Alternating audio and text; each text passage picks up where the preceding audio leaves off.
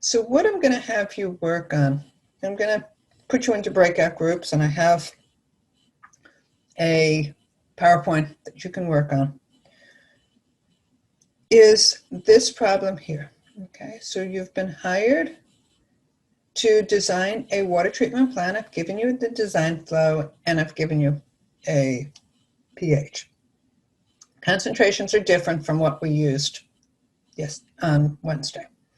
So I've given you the concentrations of CO2 in the water, alkalinity, chloride, calcium, sodium, and sulfate. Notice all of the concentrations are in milligrams per liter. The objective is to soften the water to achieve a magnesium hardness of 40 milligrams per liter. The total hardness of the finished water must be in the range 80 to 120 milligrams per liter as calcium carbonate. So you'll use split treatment to achieve this goal. What I want you to do in the breakout groups is to begin this process. I want you first to draw a bar graph.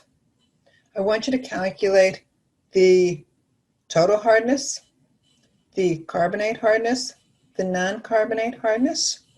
I want you then to start thinking about how much lime, how are you going to determine the lime, what reactions are pertinent. I don't want you to have to go, you don't have to go through the calculations, but I want you to start thinking through this process, and I'm hoping, and then we'll go back and we will evaluate and work through this problem. We won't finish it today, we'll finish it on Monday. So let's go back, look at the problem here. And so what I've done is I've given you, as I mentioned, the concentrations of each of these species. So let's just start with looking at hardness.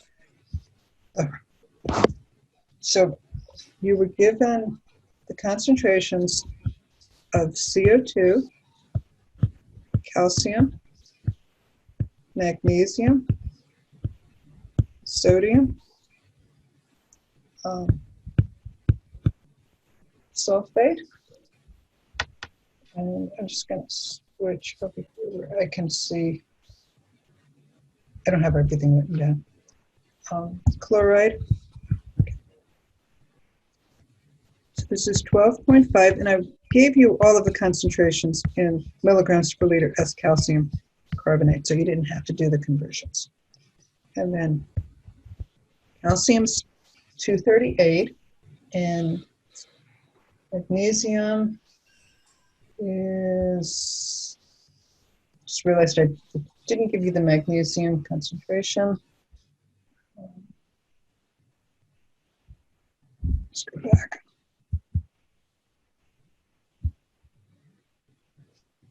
I apologize. The magnesium concentration is, I have it written down, but I don't have it calculated. It's 90 milligrams per liter. Sodium is 56.2, and sulfate is 76, and chloride is 95.6. Okay, so now we have all the concentrations, which would have been helpful before. So to calculate the total hardness, the only ions we have that are polyvalent are calcium and magnesium. So we'll add those. We have 238 plus 90 equals 328 milligrams per liter as calcium. That's our total hardness. pH is 7.3, and you were given an alkalinity of 198 milligrams per liter. So if my alkalinity is 198 and my total hardness is 328, what is my carbonate hardness? Which of those are limiting? So alkalinity is limiting. So my carbonate hardness is 198 milligrams per liter as calcium carbonate. And my non-carbonate hardness is equal to 328 minus 198, or 130 milligrams per liter. Now, because our pH is 7.3, we can make the assumption that my alkalinity is approximately equal to the bicarbonate concentration. So if we draw the bar graph, start here at 0. We always write the CO2 as a negative to 0, and it is 12.5. That's what we were given. Calcium is 238, so this is our calcium. Magnesium is 90. So this is going to be, notice I'm adding. So think of this as cumulative concentrations. And then the sodium is here. So these are all of the cations that you were given. My bicarbonate concentration is 198. My chloride concentration is 95.6. So this is going to add up to 293.6. And then my sulfate, when I add that, it's 396. So this is sulfate. There's obviously some, the way this is drawn and the data that's given, there are some non-analyzed or reported cations. So for instance, this could be potassium, could be barium. Those are not recorded. So this is our bar chart. Now, when we start wanting to think through those reactions, this portion here that I've shown in yellow corresponds to what? The portion in yellow corresponds to what? It's carbonate hardness. Exactly. It's carbonate hardness due to calcium. The portion that I highlight now in blue here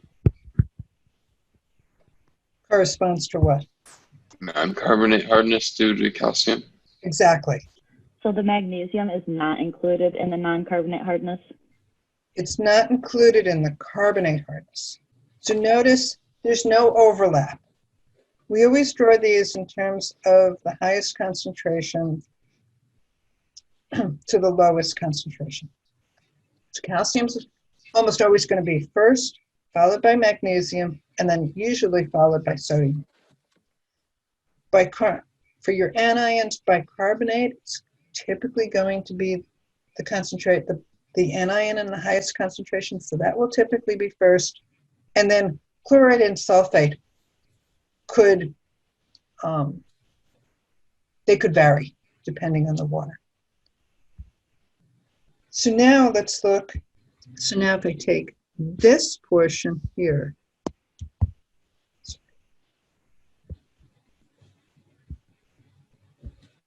if I take this portion here in green, that corresponds to what? Non-carbonate hardness due to magnesium. Exactly.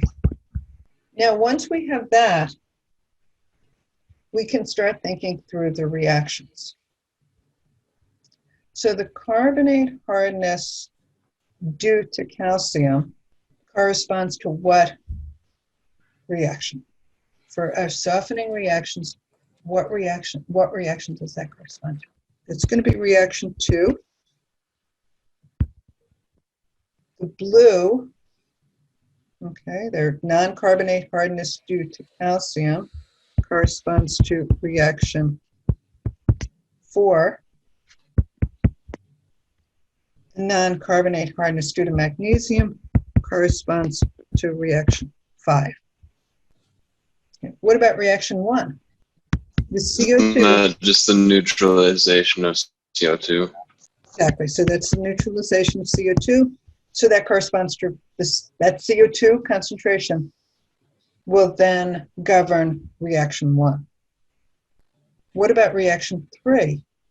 That shouldn't be involved in this one. So reaction 3 isn't involved because we have no carbonate hardness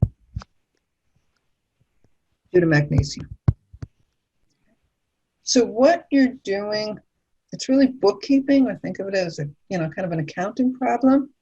What you're doing with all of these problems is really keeping track of what is present and how those ions interact, and then those reactions that are pertinent based on that water quality.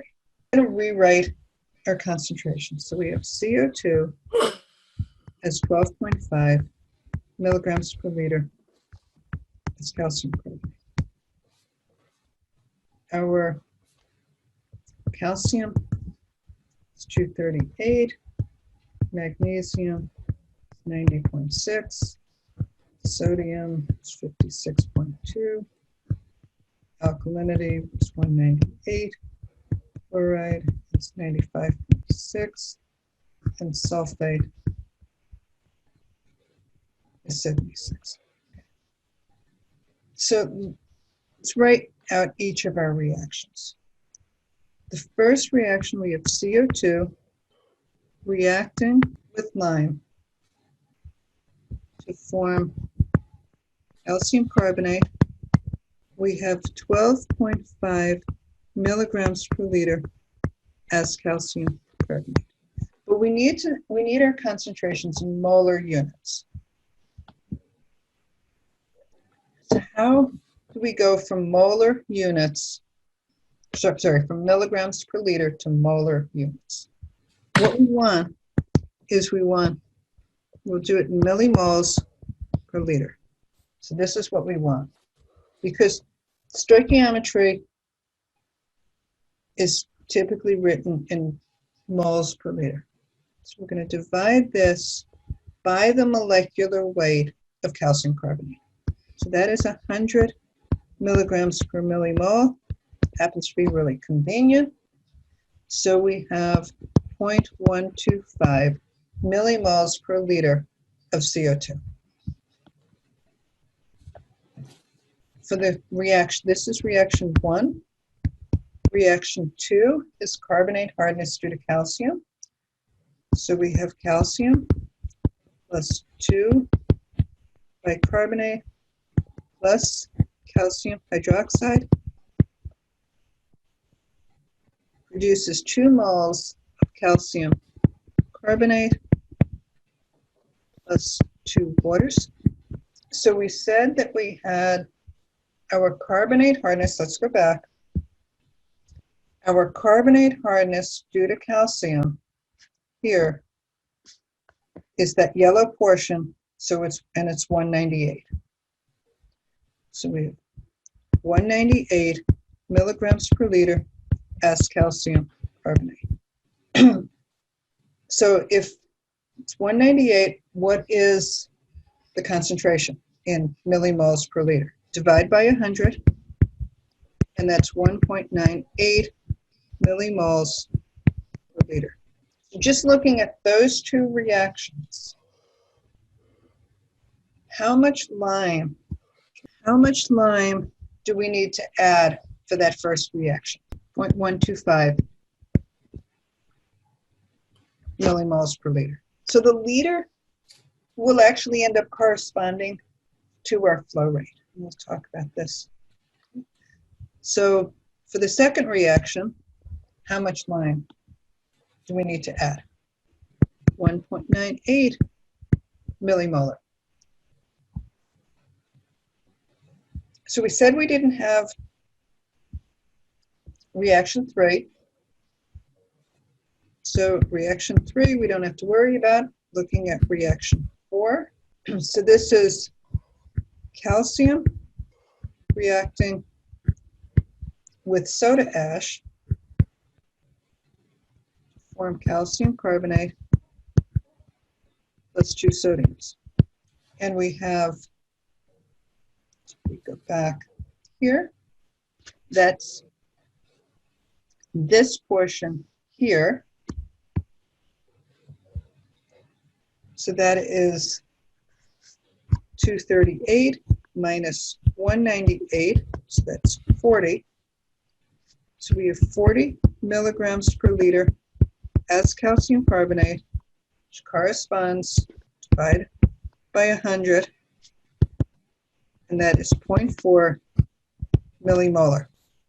How much lime do we add? So how much lime do we add in reaction 4? Isn't that for soda ash? None. 0, right? We add soda ash. And the last one is reaction 5, and that is our non-carbonate hardness due to magnesium. So we have magnesium plus lime plus soda ash. And I'm not going to further add the rest. Okay. So we have all of our magnesium is present as non-carbonate hardness. So we have 90.6 milligrams per liter. Divide that by 100. 0.906 millimolar. So we need, for lime, we need 0.906 millimolar. For soda ash, 0.906. So the total lime is equal to 0.125 plus 1.98 plus 0.906, and that is equal to 3.011 millimolar. And my total soda ash is equal to 0.4, that's 0.906, and that is equal to 1.306. Just to reiterate, what we have is we have stage 1. Okay, so this is stage 1.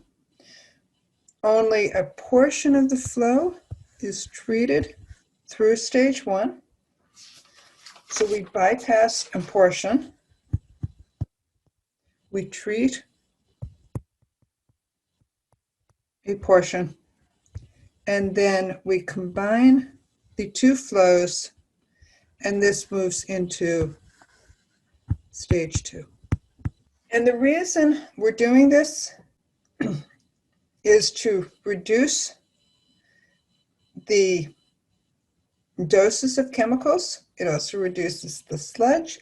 It reduces the capital cost because stage 1 flocculation basin is smaller than it would otherwise need to be. And we can tailor a water to the hardness level that we want. Typically, we design this system based on a magnesium concentration in our treated water. So we need to calculate the split ratio. And we defined the split ratio on Friday as the magnesium concentration in the final treated water minus the magnesium concentration in the initial, and that's the initial level to stage coming in from stage 1, so it's the level here, divided by the magnesium concentration in the raw water minus that initial level.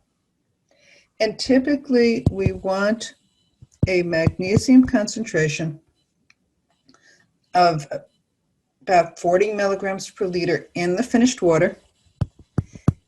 We assume that the concentration coming from stage 1 is 10 milligrams per liter. So we're removing hardness to the practical limits in stage 1. And our initial magnesium raw concentration is 90.6. Again, all of these concentrations are in milligrams per liter as calcium carbonate. And that gives us a split ratio of 0.372. So 37% of the inflow will be bypassed. So this X here is equal to 0.372, which means that the fraction to be treated in stage 1 equals 1 minus 0.372, or 0.628. So roughly 63% of the flow would be treated through stage 1. So we need to think about now doing a mass balance, because we need to know how much hardness is entering stage 2. So all the mass balance problems that we did, okay, this is what we're going to use again, and we'll use this throughout the course. That's why we do the mass balance to begin with. So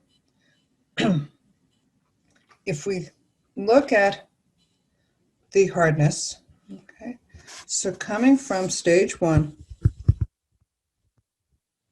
if we treat to practical limits, the hardness from stage 1 into stage 2, so this is we're looking at this point right here.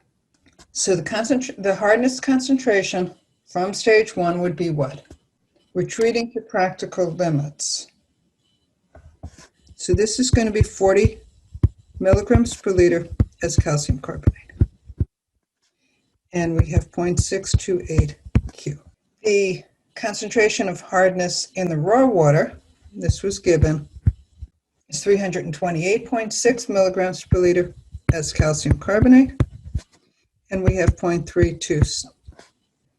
So we have 0.372 Q. What we want to know is, what is the concentration here? Q is just 1, it's 1 Q. So we can write a mass balance. We have 0.628 Q times 40 plus 0.372 Q times 3 to 8.6, and that equals 1 Q times C mix. So that C mix is what enters stage 2. If we calculate this, C mix is equal to 147.4 milligrams per liter as calcium carbonate. And that is greater than the desired level that we're attempting to achieve. So we need further treatment. So remember, okay, just the split is designed to achieve 40 milligrams per liter of as calcium carbonate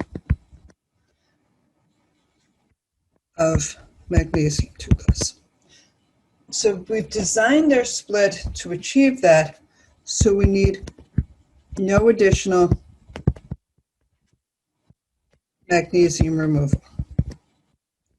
And remember, if we look back at the equations, removing magnesium is more costly, than removing calcium. So we will tend to focus on removing calcium if we can and leaving magnesium. What we want to do is remove the carbonate hardness due to calcium versus the non-carbonate hardness due to calcium. Soda ash is more expensive than lime, so if we can avoid adding additional soda ash, we'll attempt to do that. Is that 40 or 10 at the bottom left there? Bottom, it's 40. I apologize. Okay. I cannot, the lines don't happen in PowerPoint if I'm not on Zoom. My guess is it's something to do with the delay in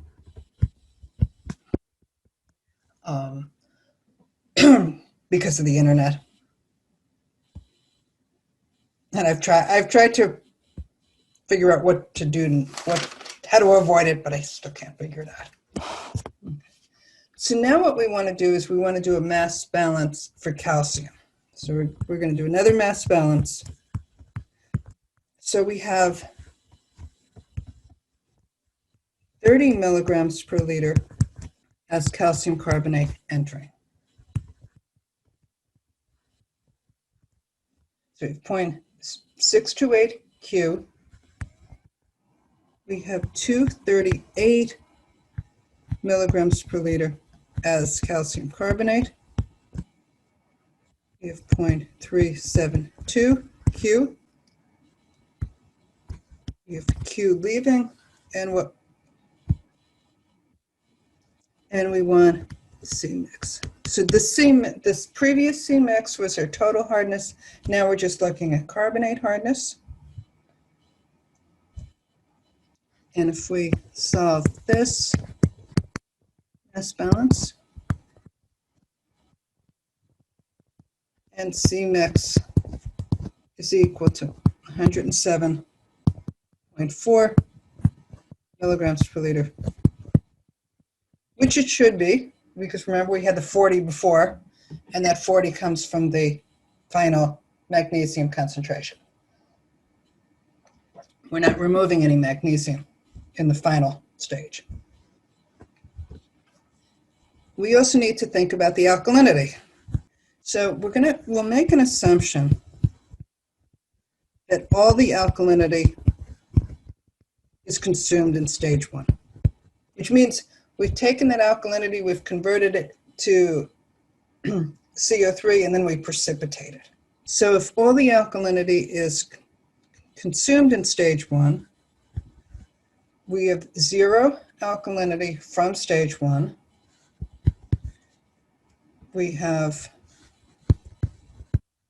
198 from the raw water times 0.372 Q, and that gives us, again, now C mix, in this case is for the alkalinity, and C mix is equal to 73.7 milligrams per liter as calcium carbonate.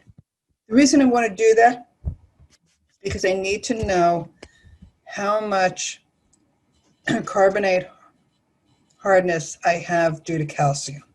We also need to do a mass balance for CO2. We'll assume that all of the CO2 is neutralized. So all of the CO2 entering stage 1 is neutralized. So again, that's 0. Plus we had 12.5 times 0.372 Q equals C mix Q. And then that gives us 4.65 milligrams per liter as CaCO3. So what this is telling us here is this is how much CO2 we need to neutralize in reaction 1. And if you go back to reaction 1, we need lime. Okay, so that means what we will do is we need to add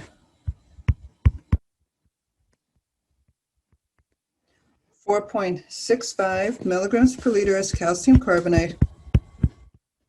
We'll divide by 100, and that is 0.047 millimoles of lime to neutralize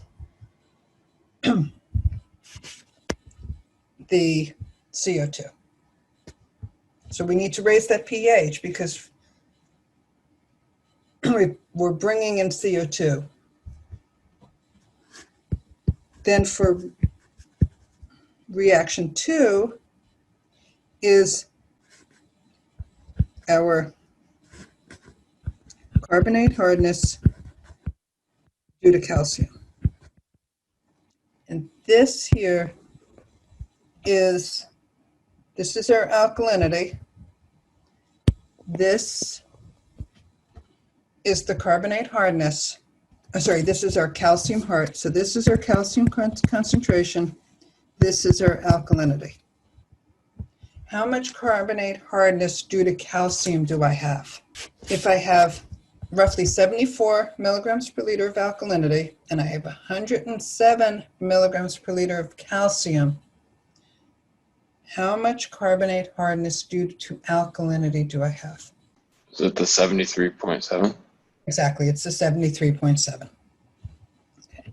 So that means that I have 73.7 milligrams per liter as calcium carbonate.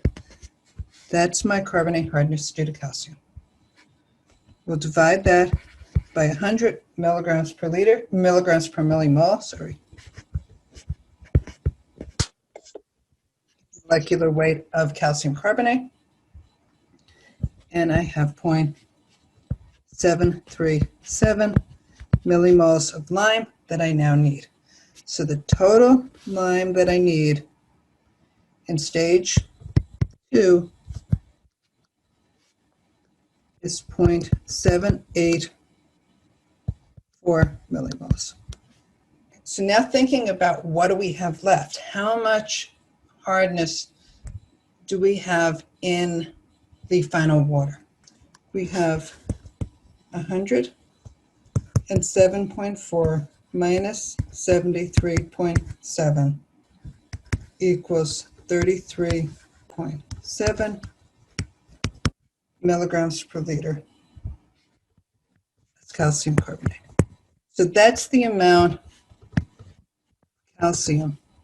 This is really the calcium, the non-carbonate hardness due to calcium that we're leaving. So we're not reacting that. We also have our calcium that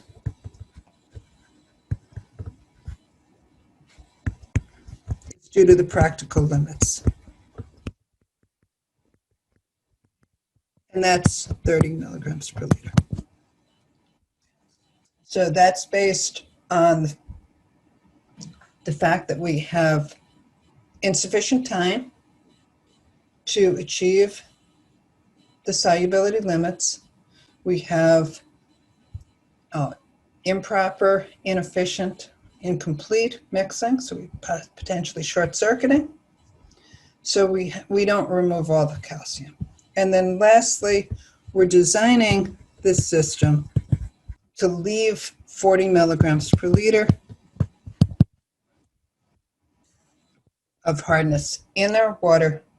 And if we add this together, this is 103.7 milligrams per liter as calcium carbonate. So that's between that 80 and 120. So we're good. So the last thing we need to do is to calculate the amount of reactants. And if we look at stage 1, actually further, we have 3.011 millimoles. Stage 2, we have 0.0 0.784 millimoles. The volumes are different, so we need to look at these separately. And then for soda ash, we have 1.306 millimoles. So in stage 1, we have 3.011 millimoles or millimoles per liter times 0.628 times Q. Remember, we're bypassing a portion of the flow. 1,000 liters per cubic meter. So liters cancel, meters cubed cancel. We'll multiply by the molecular weight of calcium oxide, and typically that's what we will add is calcium oxide. And I've written this as milligrams per millimole. So millimoles cancel.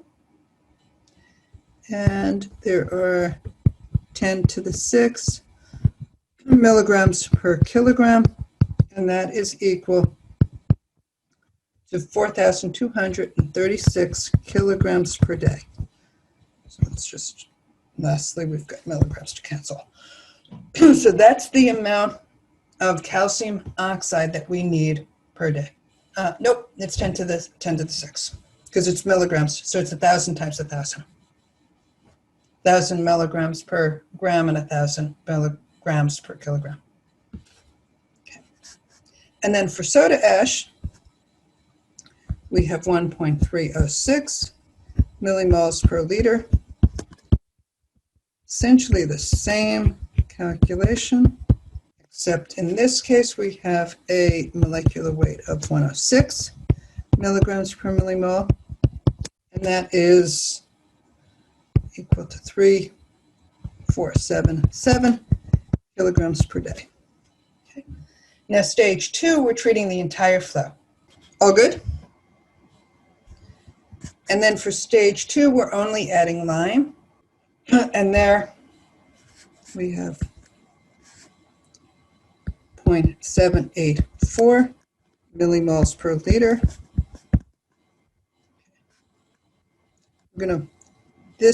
We're treating the entire flow, so the fraction is 1 times 4 times 10 to the 4 cubic meters per day times 1,000 liters per meter cubed times 56 milligrams per millimole times kilograms per 10 to the 6 milligrams, and that is equal to 1,756 kilograms per day. So the total lime is equal to 5,992 kilograms per day, and the total soda ash is 3,000, almost 3,500. Except the problem is the lime is 85% pure and the soda ash is 95% pure. And that is typically the case. So the lime that's purchased is not pure. This 106 is the molecular weight of soda ash. So that 106. So this is the molecular weight. The 56 is the molecular weight of calcium oxide, and 106 is the molecular weight of soda ash. So if this is the case, we need to take this value here, and we need to divide by 0.85. And what we're actually purchasing is about 7,050 kilograms per day of lime and almost 3,700 kilograms per day of soda ash. These are not small volumes. And which also means that the amount of sludge that we're producing is also not a small volume. So this is the final answer in terms of the amount of lime and the amount of soda ash that we would need to treat this volume of water.